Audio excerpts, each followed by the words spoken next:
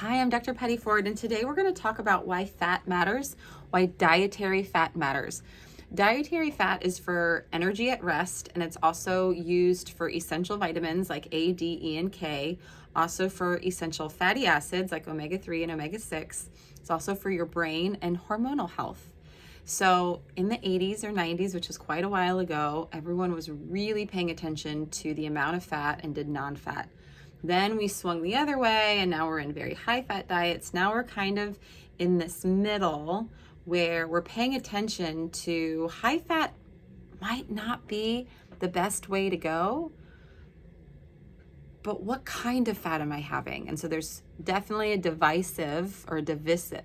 division happening where you have animal fat versus plant fat, and then you have seed oils coming into the ring, and you have all these conversations around what is the best quality.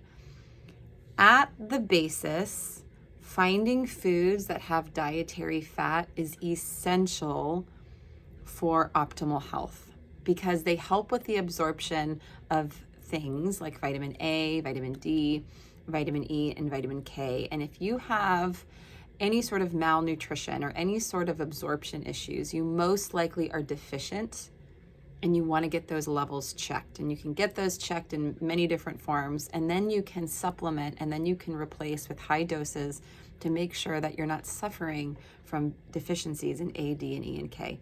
But you need dietary fat to absorb those vitamins, ideally. You get vitamins A, D, E, and K from fattier foods.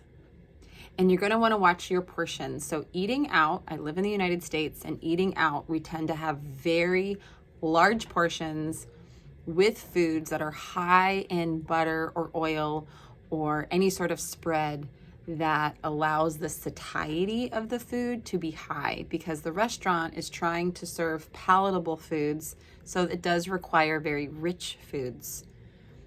And when you're cooking at home, you have a little bit more ability to monitor that, but fatty, sugary foods are the most palatable and they create the highest dopamine response. I was out to brunch this weekend and I ordered an omelet, and it was used with eggs and I'm sure cooked in some butter or whatever oil, and it had a layer of cheese that probably had about 4 to 5 servings of cheese. It was delicious and so appetizing, but what I could feel from that is the fullness, and the fullness of fat digestion is much different than digestion of a fruit or a vegetable.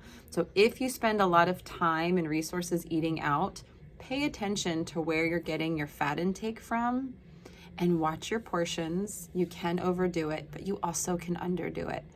And your body needs a certain amount of dietary fat.